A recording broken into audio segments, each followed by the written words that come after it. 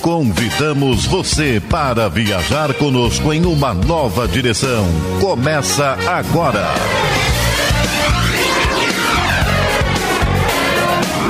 Novos rumos.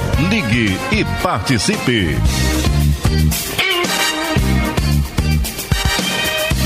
Coordenação e apresentação, Nádia do Couto Vale.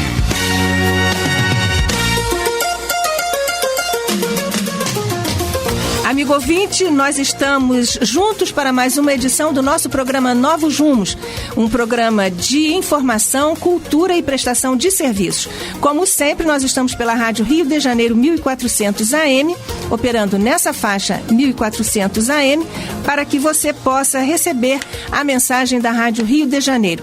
No Novos Rumos, você sabe, nós temos sempre uma questão, um assunto muito especial e sempre um especialista, um convidado especial que hoje está aqui conosco, mas lamentavelmente o nosso programa está pré-gravado porque o nosso querido convidado vem de São Paulo e, portanto, o programa está gravado. Mas nós sabemos que você vai aproveitar demais as informações do Dr. Sérgio Felipe de Oliveira, que você certamente já conhece e que está aqui agora para conversar com você a respeito das suas pesquisas profundas, inovadoras em vários campos. Como você sabe, o Dr. Sérgio Felipe de Oliveira é formado em Medicina pela Faculdade de Medicina da Universidade de São Paulo, é mestre em Ciências pelo Instituto de Ciências Biomédicas da Universidade de São Paulo, atua nas áreas de Neurociências, Clínica Médica e Psiquiatria, é diretor clínico da Pineal Mind Instituto de Saúde,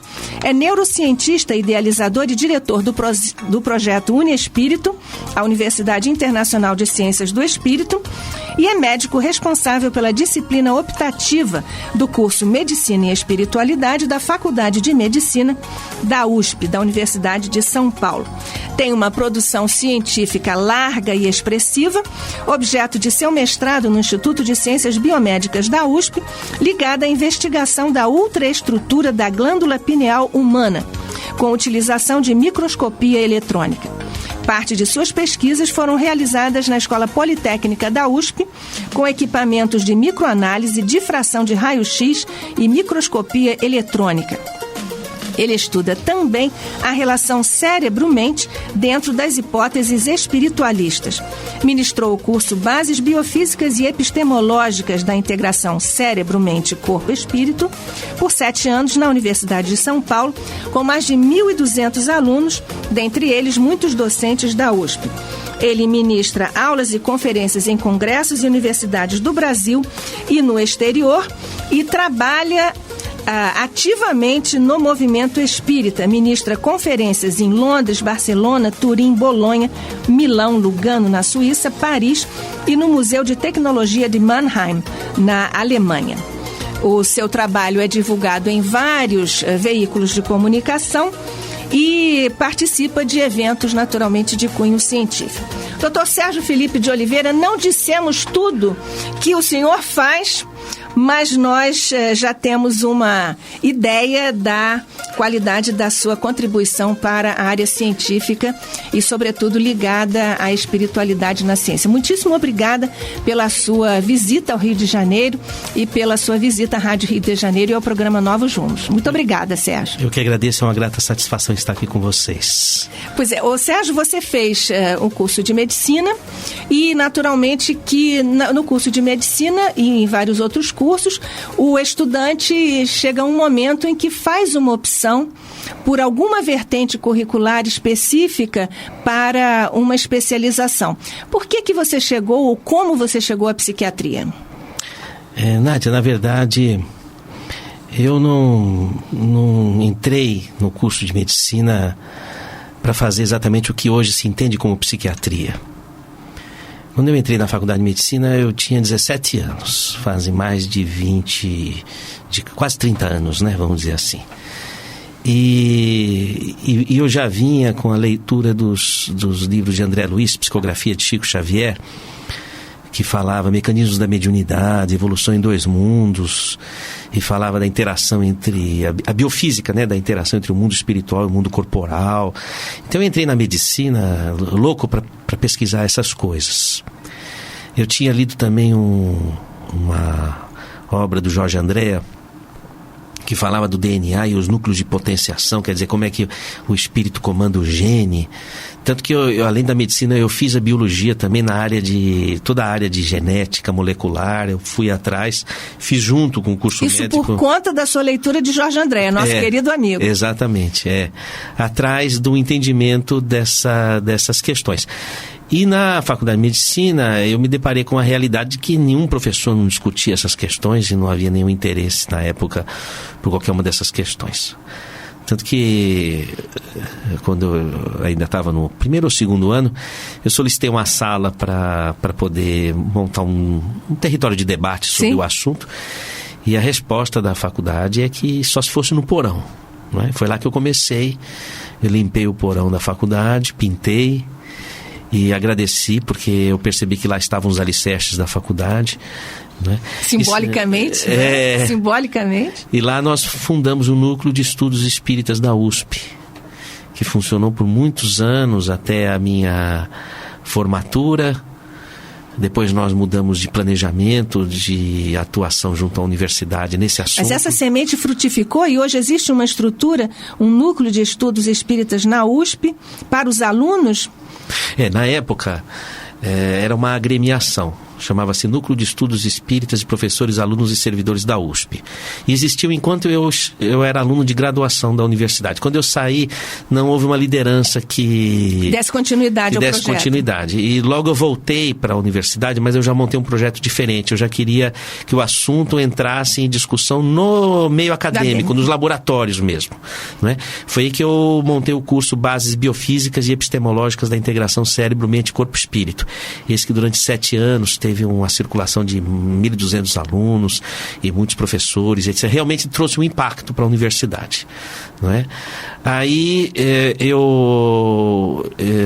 nesse meio tempo, eu defendi minha tese sobre pineal humana, que na verdade visava estabelecer um entendimento da relação espírito-matéria, esse era o objetivo da tese, trazer uma fundamentação para essa questão, uma primeira base, um primeiro tijolo para isso, não é? E o ápice disso foi quando a Faculdade de Medicina, há 2 anos atrás, me convidou para estruturar a disciplina Medicina e Espiritualidade, oficialmente dentro do currículo médico. Então foi o coroamento passaram-se mais de 30 anos do porão até entrar dentro da universidade. Hoje a gente pode dizer que estamos na estrutura curricular, não é isso? Atualmente faz parte da estrutura curricular da faculdade. Que beleza. Meus parabéns por isso também, Sérgio. E a sua pesquisa é na área da psicobiofísica e envolve conceitos de psicologia, física, biologia e espiritismo. Olha, Nádia, na verdade, veja, eu não faço uma diferença entre psiquiatria ou clínica médica. Tudo é sofrimento humano. Porque se você for pegar uma pessoa que está com uma dor de estômago, uma pressão alta, você vai chegar nas raízes psíquicas do que está acontecendo. Ela está com uma perturbação interior e aquilo está afetando o organismo.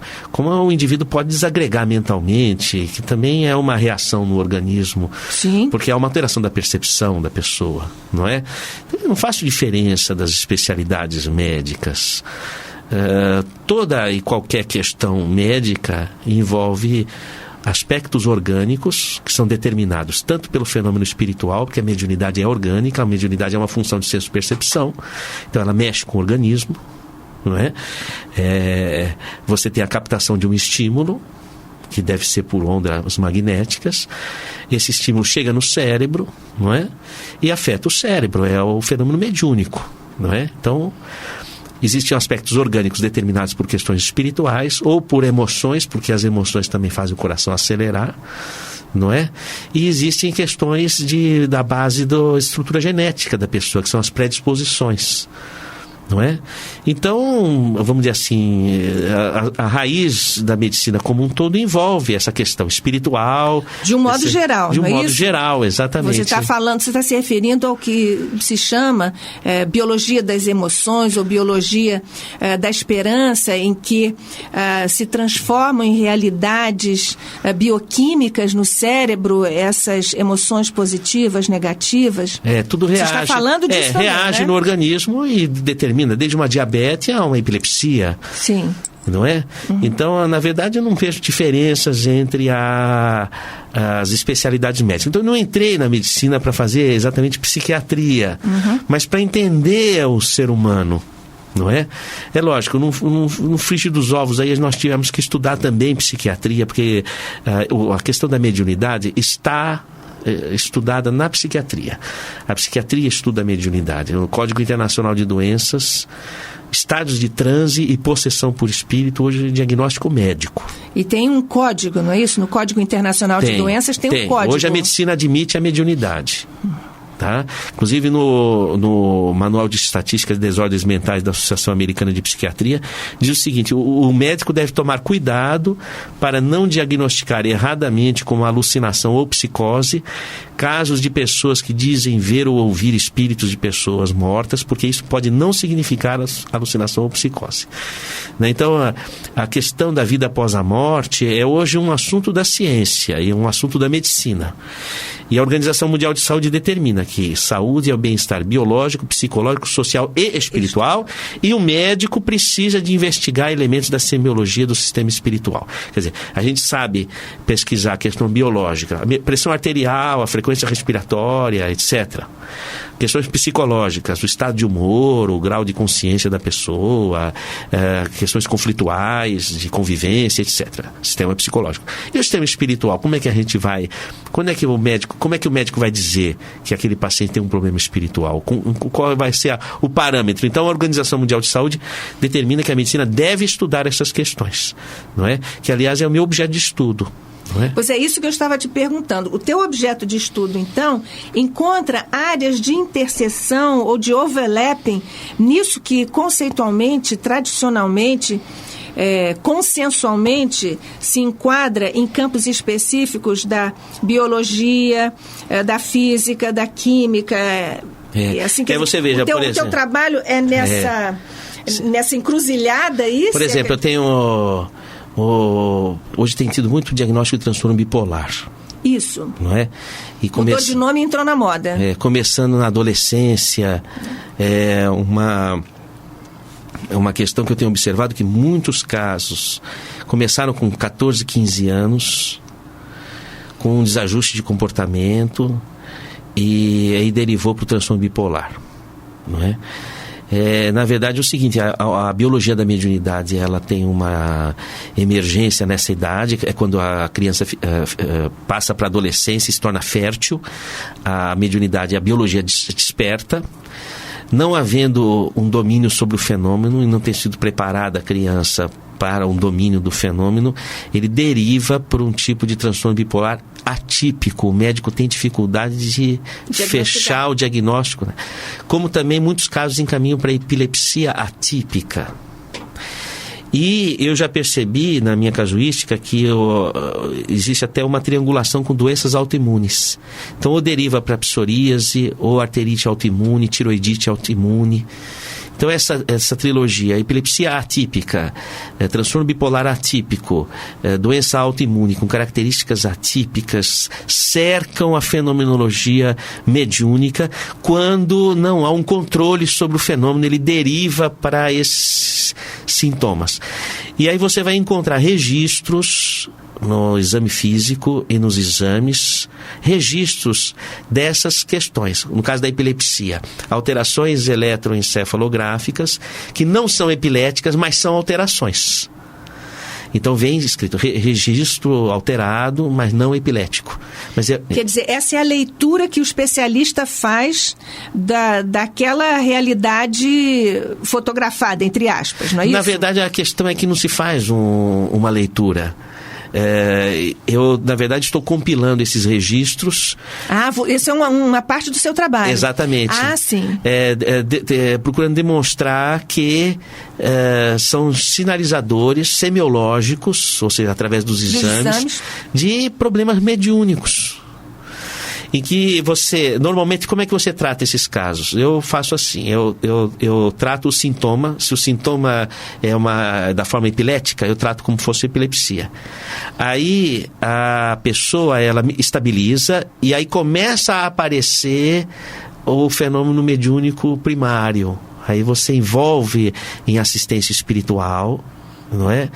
Para que ele possa assumir uma nova direção, assumir controle, domínio. É uma espécie de educação, não é isso? Exato. Dessa energia que... Educação da percepção da pessoa. Porque a mediunidade é uma percepção, né? É uma capacidade dela captar coisas que ela não está conseguindo decodificar. Então ela não sabe de onde veio o tapa. Então ela não consegue filtrar. Ela não consegue perceber que tem coisas que não vêm dela. Pensamentos intrusivos, forças que derrubam ela, quebram a sua dominância motora, que quebram a coerência do pensamento. Então ela não está percebendo e não consegue fazer um discernimento entre questões dela e questões que vêm de fora. Não é? E isso acaba se tornando um sintoma, e num conjunto de sintomas, uma síndrome, um novelo complexo. Você trata medicamentosamente e observa quando começam a aparecer as nuances novamente do fenômeno mediúnico. Isso dentro de uma ambiência em que há um acompanhamento até pedagógico, porque a pessoa precisa se instrumentalizar para saber lidar com essas questões. Quer dizer, do que você disse, existe um transtorno bipolar. Não é isso? Eu estou aqui tentando... Você usou novelo, eu estou buscando novelo. Estou dando um exemplo que uma das manifestações que tenho observado em minha casuística são transtornos bipolares atípicos. E essa atipicidade é que você está agora investigando e está concluindo pelos dados de que dispõe no momento. Exato. Que são decorrentes de uma fenomenologia mediúnica não direcionada adequadamente. Não dominada, né? Se torna sintoma. Porque o que tem acontecido muito, que o fenômeno mediúnico hoje está muito presente do ponto de vista sintomático. Houve tempo em que era um fenômeno de efeito físico, que apareciam os poltergeists, essas coisas. Ainda existe isso hoje, a gente ainda vê. Mas a dominância é de sintomas clínicos. Parece que a mediunidade está vertida para esse território. Sim. Não é? Então, mas não é só o transtorno bipolar, você tem as epilepsias atípicas, as doenças autoimunes e uma série, um território de difícil diagnóstico dentro da medicina. Quer dizer, então, em suma, quando começa a eclodir, digamos assim, a fenomenologia mediúnica, se a pessoa não estiver educada para essas percepções, isso acaba derivando para essa atipicidade numa série de sintomas. Exatamente. Não é? E o médico, ele precisa saber fazer o diagnóstico. Olha, existe um problema espiritual naquele caso. Não é? E quando o médico não tem essa visão, pelo menos espiritualista... Aí acontece o seguinte problema, não é tratado a questão... Na sua gênese, na sua exato, raiz. E aí há uma cronificação daqueles sintomas e há uma configuração de uma síndrome mesmo. Acaba reagindo no organismo. E perde-se, inclusive, o foco da origem primária. É trabalhoso depois você voltar e repescar. É trabalhoso. Deve ser extremamente trabalhoso. Às vezes eu pego casos assim, que falam assim, olha, esse problema, por exemplo, cefaleia crônica, dor de cabeça crônica é uma das manifestações. Nossa, eu tive essa dor de cabeça desde os 15 anos, a pessoa tem 40 anos, é crônica, né? Precisa desenovelar, olha, isso foi devido a um fenômeno, é trabalhoso, mas dá para fazer. Dá para fazer, né? Dá para fazer. Tá. Sérgio, você tem uma linha de pesquisa renomada, conhecida e reconhecida como de altíssima qualidade científica, mas ligada à pineal, né? Então você é, assim, o cientista da glândula pineal. Como é que você chegou a isso? Na verdade, eu não sou um cientista com essas referências que você está colocando. Na verdade, eu não sou um cientista de publicações. O que acontece é que o pouco que eu fiz teve muita repercussão. Então dá uma impressão de que eu sou um cientista, etc. Modéstia à parte, vamos seguindo. Mas, na verdade, é que o pouco que eu fiz, pouquíssimo, deu muita repercussão. E inclusive, o meu estudo de pineal, na verdade, é um detalhe dos meus estudos. É que ele teve muita visibilidade, interessou muito as pessoas, até hoje não sei como. Entende? Porque, às vezes as pessoas falam, doutor, como é que eu faço para minha pineal ficar boa? Você não se preocupe com a sua pineal, se preocupe com você. Ela se vira sozinha, entendeu?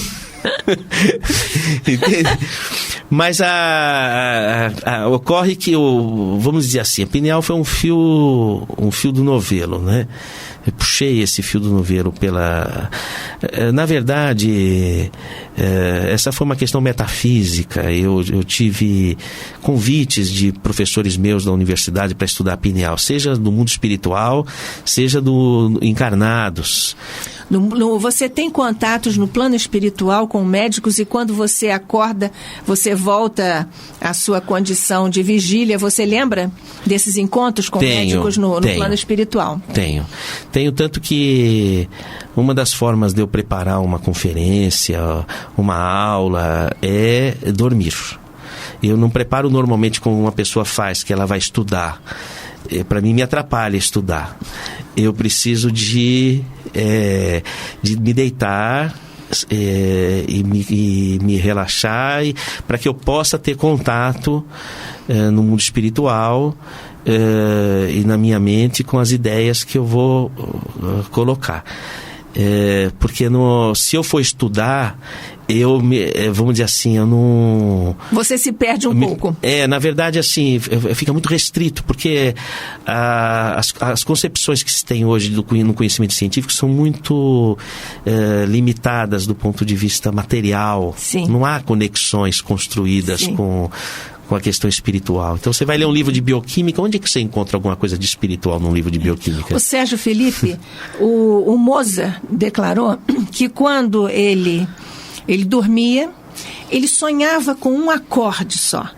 Ele acordava, lembrava do acorde.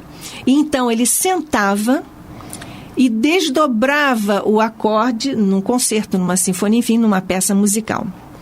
Evidentemente, nós estamos aí numa área, não, mas do ponto de vista das habilidades intelectuais, ele percebe, ele captava em síntese e depois desdobrava em análise, que é a habilidade intelectual em que nós trabalhamos na Terra. A ciência da Terra trabalha nesse nível de estrutura intelectual. E acontece mesmo com você? É a mesma coisa. Na verdade, vem um fio de ideia... E daquele fio Você acorda com aquele fio de ideia. Aí daquilo deriva um mapa de questões que envolve...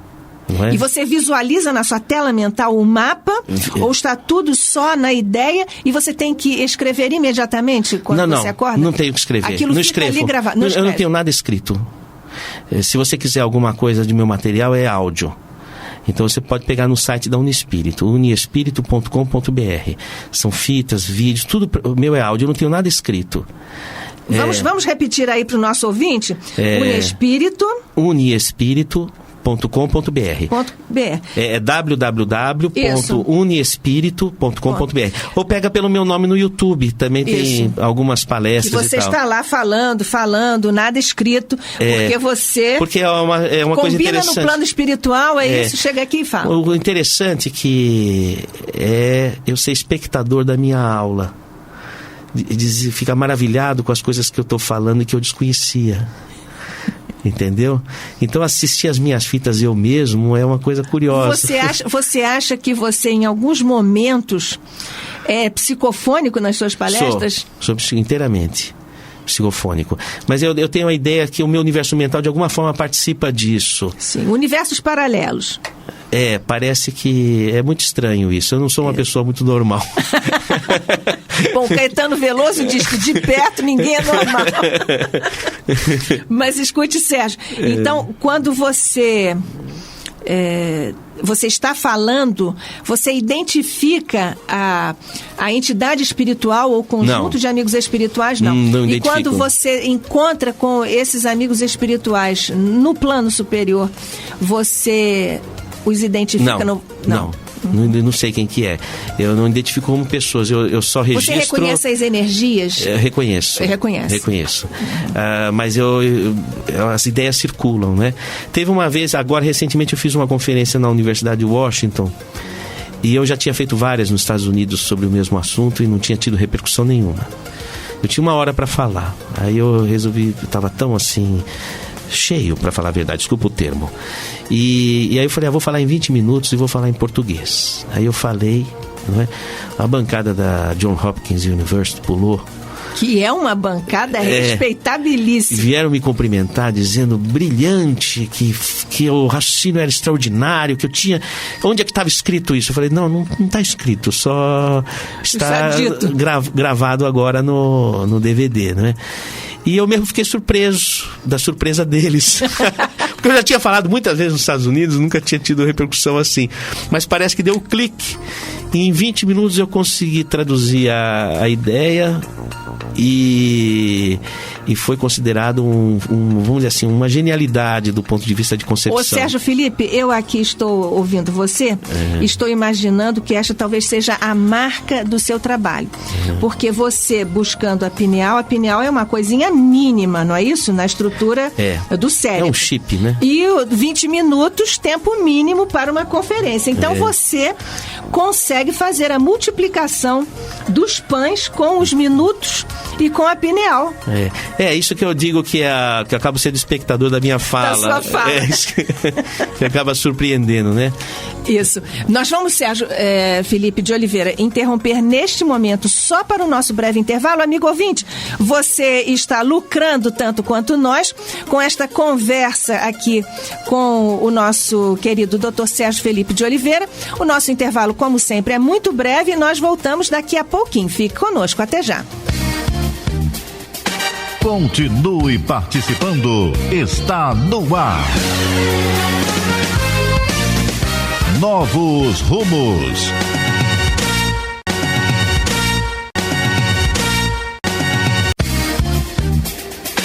Voltamos a apresentar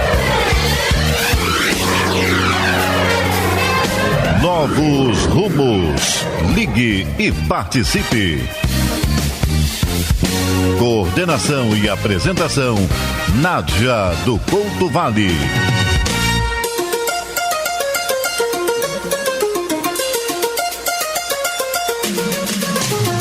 Amigo ouvinte, de volta do nosso breve intervalo, o programa Novos Rumos pela Rádio Rio de Janeiro 1400 AM, a emissora da Fraternidade, recebe hoje com muita alegria o Dr. Sérgio Felipe de Oliveira, que está aqui conosco pré-gravando o programa, porque ele, você sabe, vem de São Paulo e está aqui conosco visitando o Rio, várias instituições e também a nossa Rádio Rio de Janeiro, Novos Rumos. Dr. Sérgio Felipe de Oliveira, nós continuamos... Hein? Pois diga. Pois diga.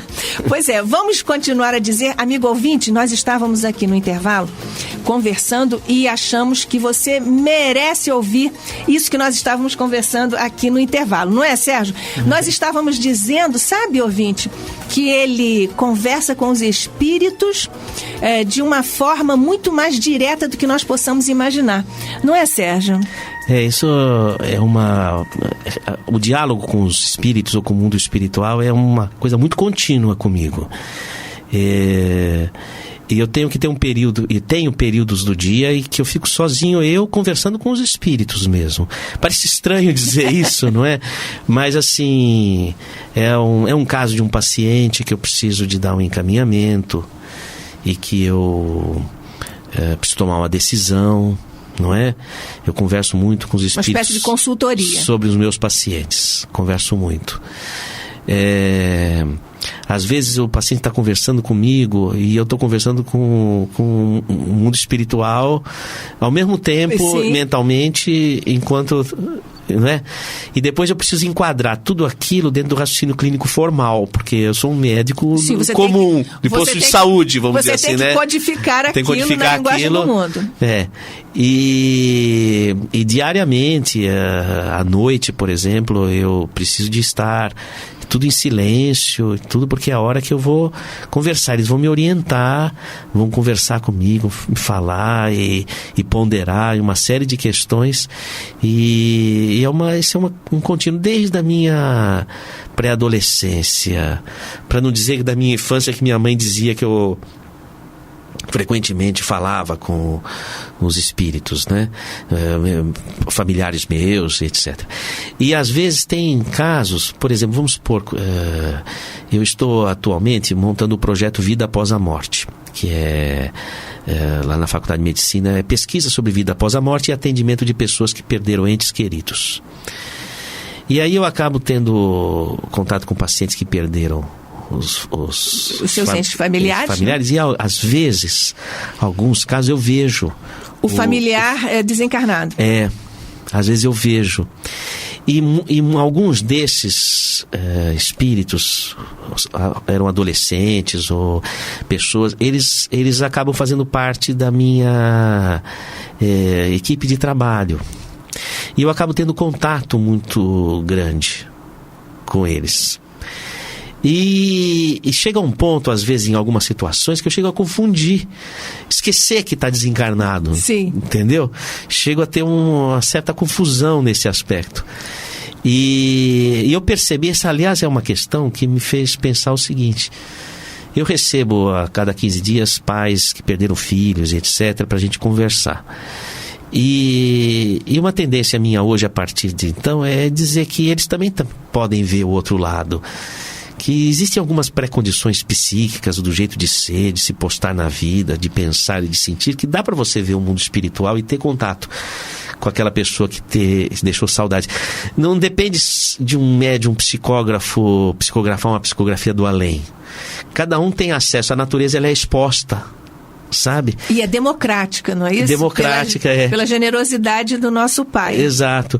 Então, agora, existem algumas pré-condições para que a pessoa possa ter esse acesso. Eu estou trabalhando muito essas ideias nesse projeto Vida Após a Morte, a partir dessas vivências. É um projeto que você vai conduzir na universidade? Eu vou conduzir tanto na Uniespírito, deve sair em cerca de 2 meses, deve sair www.uniespírito.com.br. Deve sair notícia daqui uns 2 meses, aberto à população, não é? E também na Faculdade de Medicina. Aí eu pretendo, da USP.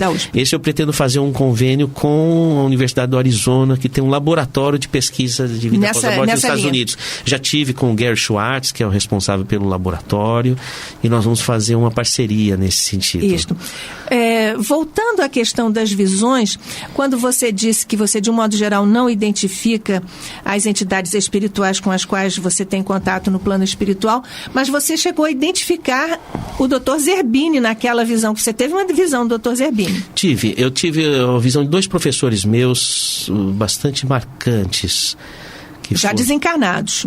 Um foi o professor titular de Neurofisiologia, o Juarez Ricardo, que foi traduzir o Lúria do russo para o português, Neuropsicologia do Lúria, e outro foi o professor Zerbini, mas eu tive uma convivência com o professor Zerbini. Você chegou a substituí-lo em atividades acadêmicas? Eu não vou dizer substituí-lo, mas é uma situação curiosa, porque eu havia dado algumas aulas no Instituto do Coração, que foi fundado pelo Zerbini, sobre embriologia cardíaca, porque eu sou anatomista de formação, então eu dava essa parte de formação do coração, e eu dizia que não se forma um coração sem a força do espírito, mas eu provava na bioquímica e na matemática que tinha que ter a força do espírito para formar o coração. Sabe que o coração se forma 21 dias depois da fecundação, não é? Vamos repetir isso para o nosso ouvinte? Você sabia, amigo ouvinte, que o seu coração, como o meu, como de todo mundo, é formado 21 dias depois da fecundação? Tem coisas interessantes, por exemplo, você sabe que da mesma área que surge o coração, surge a boca. Daí o termo popular, coração saindo pela boca. Que maravilha! É uma lembrança atávica do período embrionário, né? Coração sair pela boca. E também as mãos também nascem do mesmo arco branquial que o coração. Daí sentiu o coração na mão. Então tem... Que maravilha isso! Tanto que estender a mão é estender o coração, assim como um beijo é uma doação de coração, né? Então, ou que se fala, né? Mas o fato é que eu lecionava, dei algumas aulas para residência médica e para pós-graduação no INCOR, dizendo isso, que não se forma, e eu fiz minha matemática, minhas coisas da bioquímica para explicar que é o espírito que direciona a formação do coração. E naquela época o professor Zerbini, que foi talvez, depois de Carlos Chagas, o maior cientista brasileiro, né? Amigo ouvinte, você sabe que ele é o pioneiro dos transplantes de coração no Brasil. Não é isso? Só para nós relembrarmos aqui juntos, não é, ouvinte? Aliás, o Zerbini ficou impactado do ponto de vista espiritual quando perdeu o filho, né? Estudando medicina. Então ele teve um envolvimento com essa questão espiritual, né? Mas ele estava na UTI com um câncer, estava ele e a esposa dele, idosos, e tinham 86 anos na ocasião. E ele mandou me chamar lá na UTI do INCOR. Falei, nossa, que coisa, porque eu era uma pessoa absolutamente anônima. O professor Zerbini me chamar, era o Papa chamando um súdito num operário. Coroinha, exatamente, uma coisa desse tipo. E aí ele disse assim para mim, exatamente, ouvi falar de suas aulas. Falei, professor, eu falei apenas o que penso. Não, mas eu gostei. E ele me disse assim, tenho 2 aulas para dar. E você bem sabe que eu não vou poder sair daqui para dar essas aulas. Ele estava desencarnando, né? Você vai dar essas aulas para mim, para falar o que você falava, não é? Então eu dei as 2 últimas aulas do professor Zerbini para falar que não se forma um coração sem a força do espírito. Mas o que me chamou... beleza! O que me chamou muita atenção... foi uma coisa assim, ele antes de se despedir de mim, ele bateu o dedo no meu nariz e disse, ainda vou assistir às suas aulas. Eu achei um contrassenso ele dizer isso. Porque se ele disse que não ia sair de lá, como é que ele ia assistir minhas aulas, né? E aí, bom, passou um período, eu fiz uma conferência no prédio da reitoria da Universidade de São Paulo. E era um seminário, um workshop. Eu convidei pessoas e fiz um coffee break. E tinha um rapaz da padaria onde eu tomava café que veio servir esse coffee break. 16 anos, um menino. E o que aconteceu? Aconteceu o seguinte, eu estava terminando a conferência e ele teve uma convulsão. Uma síncope. E logo depois da síncope ele pegou um papel que tinha sobre a mesa e uma caneta e começou a escrever. E assina Zerbini. Ele foi assistir a aula. E o que impressionou foi porque o menino era de 16 anos, era o funcionário da padaria, e a aula foi no anfiteatro da reitoria, tinha professores, tinha gente, e quem é que poderia imaginar que ia acontecer uma coisa dessa, um fenômeno dessa ordem, e depois assinar Zerbini. Ninguém sabia da minha conversa com Zerbini. Só eu sabia o que significava aquela carta. Era aquele dedo no nariz. Ainda vou assistir suas aulas. Que maravilha isso. Que maravilha. Sérgio, muito obrigada por nos relatar isso aqui para nós e para os nossos ouvintes aqui do Novos Rumos. Ô Sérgio Felipe, mas afinal, o que é a glândula pineal? Uma coisinha tão pequena, não é? Nós temos no conjunto. Há 2000 anos ela é considerada sede da alma, não é, o Sérgio Felipe? Sabe que a pineal existe nos peixes, existe nos anfíbios, nos répteis. Aliás, ainda há pouco você tinha dito... E aliás, o seu trabalho tem esse título, Pineal Humana. E eu ia também pedir a você para desdobrar um pouquinho qual é a pineal humana e qual é a pineal não humana. O que acontece é o seguinte, a glândula pineal, ela é um relógio do cérebro, tá? Ela que vai coordenar o nosso organismo, assim também dos animais, no tempo. Tá? Então a pineal ela é sensível a uma série de comandos que são chamados Zeitbergers. Tá? Por exemplo, o comando do ciclo de... O Zeit é do alemão? Zeit? É isso? Aqui, Zeit em alemão é tempo. Então, o que acontece? Por exemplo, o ciclo de vigília e sono é comandado pelo Sol. Então, é a luz solar que é captada pela pineal e regula o ciclo de vigília e sono. Não é? No caso, quando o animal tem cabeça translúcida, a pineal capta diretamente. O que significa uma cabeça translúcida do animal? É quando a luz transfixa. Por exemplo, uma cabeça de de peixe? O do peixe é translúcida, o de um camundongo, de um réptil. O camundongo também? Também, Porque o osso é fininho. É por causa da textura, digamos assim, da densidade do osso. Do osso é bem fininho, então a luz transfixa. Sim. A nossa pineal, a nossa cabeça não é translúcida. A pineal ela vai ser atingida pelos olhos. Parte da luz que a gente capta não vai para formar imagem, vai para coordenar a pineal. E como é que um cego trabalha isso? Ele capta a luz, mas não para formar imagem, mas para a pineal ele capta. E esses cegos que estão com os olhos fechados? Há cegos que ficam com os olhos fechados. Há uns que ficam com olhos abertos. Então, mas a pálpebra é translúcida. A pálpebra, sim, tá bem. A pálpebra é translúcida, viu, ouvinte? Pois então, você fecha os olhos num dia de sol, você é verdade, você enxerga alguma luz, não é? É verdade. Então, entra a luz que vai servir para coordenar o ritmo circadiano. Assim também a Lua, por exemplo, a Lua, ela comanda pela pineal, a pineal capta figurações da Lua, expressões magnéticas, para coordenar o ciclo reprodutivo. Daí uma gravidez tem um ano lunar, uma ovulação é um mês lunar, então os ciclos reprodutivos são lunares, de comando lunar. Quer dizer, então, que a pineal tem uma relação com relações sexuais, ou com o exercício da sexualidade. Certamente. Ou com a consequência... Sabidamente. Tanto que na pré-adolescência, a pineal desbloqueia o funcionamento dos ovários e dos testículos.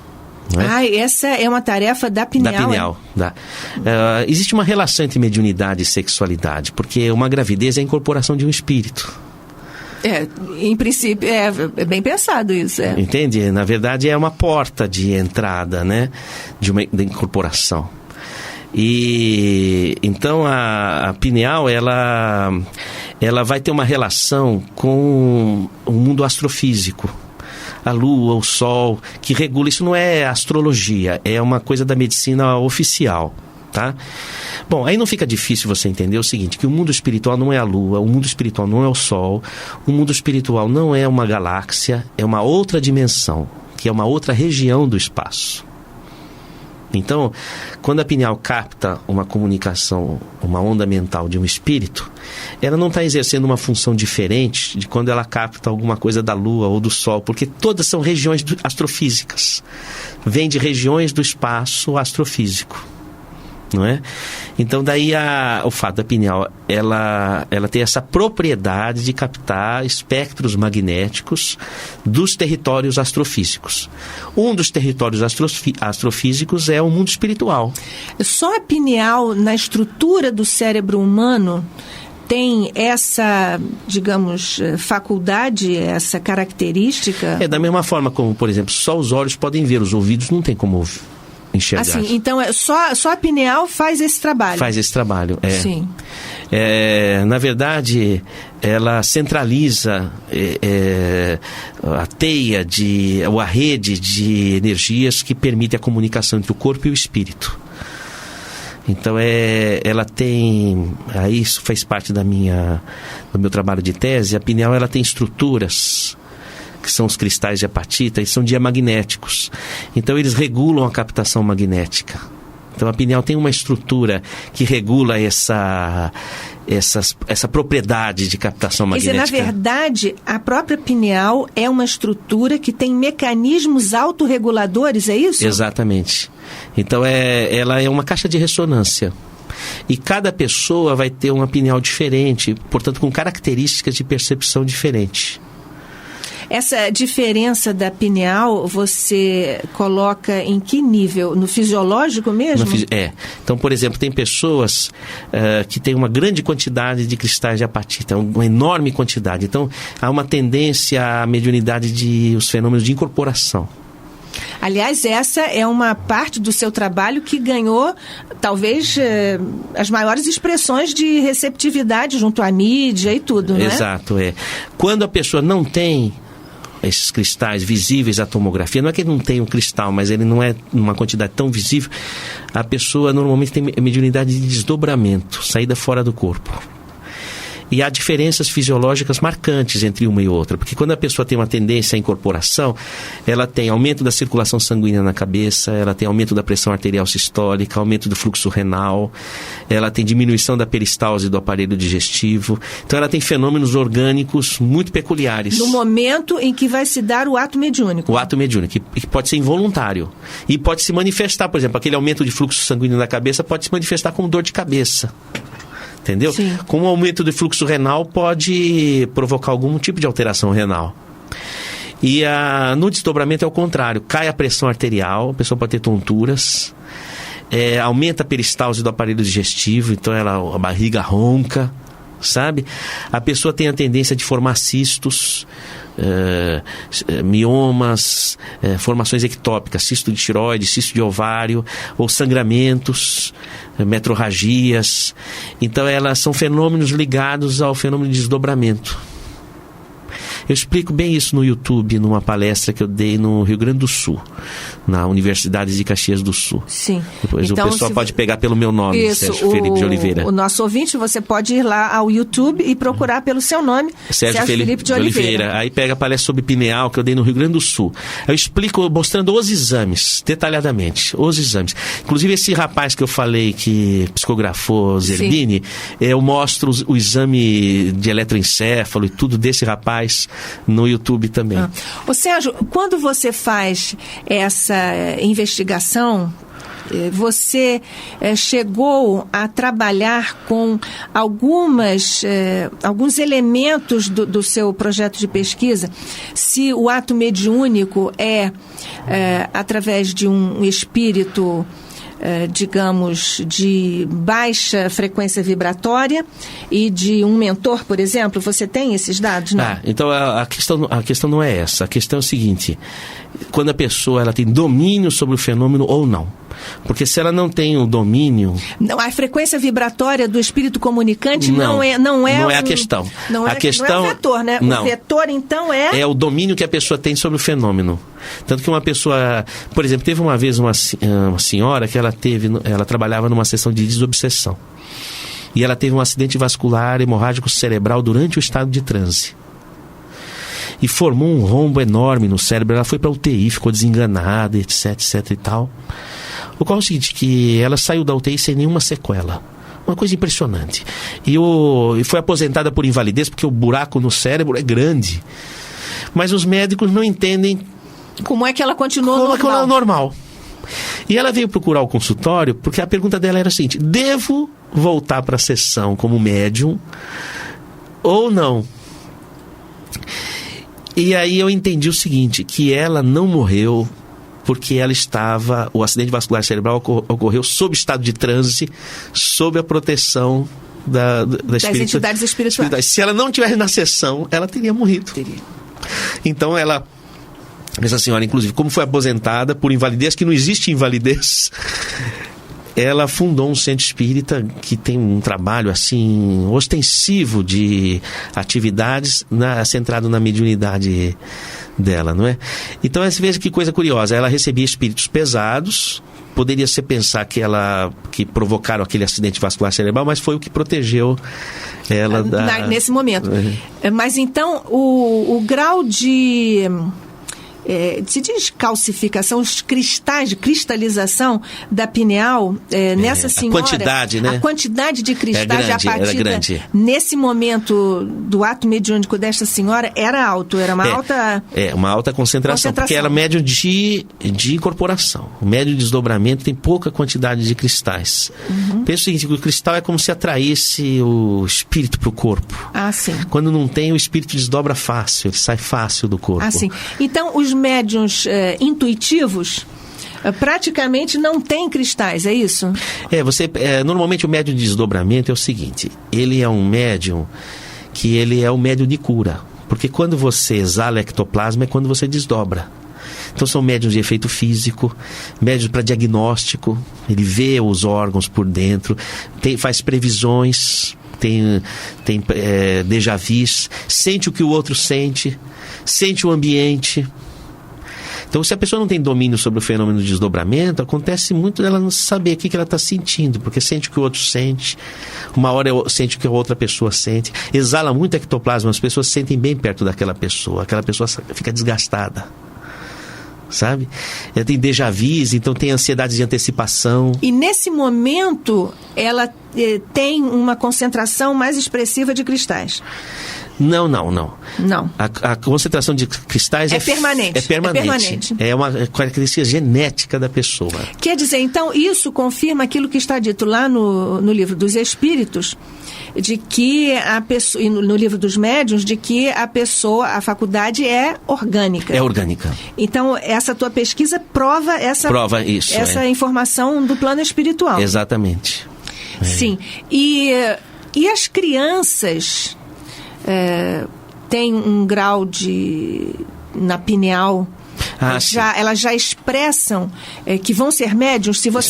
Se você fizer lá uma checagem na pineal infantil, você já pode antecipar, pode até depois desistir, não é isso? Como nós sabemos do livre-arbítrio do espírito não querer mais viabilizar o projeto pré-natal, né?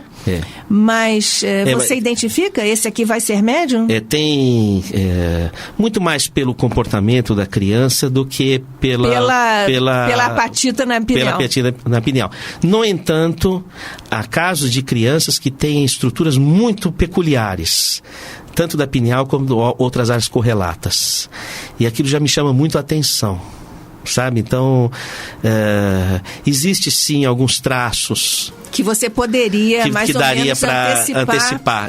Né? Se bem que a gente vê isso mais pelo comportamento, mas dá para você corroborar na parte fisiológica, e aí... Em algum dado do exame aparece uma peculiaridade desse processo. Isso, então está bem.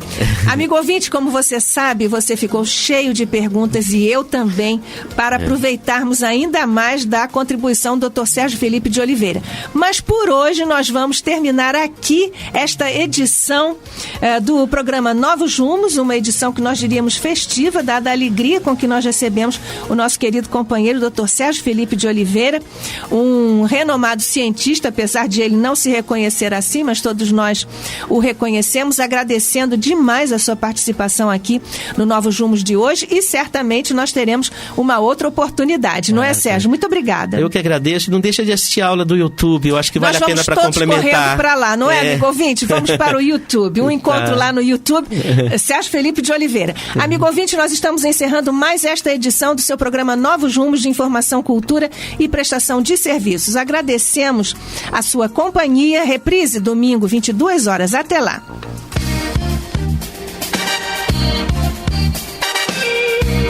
A Rádio Rio de Janeiro apresentou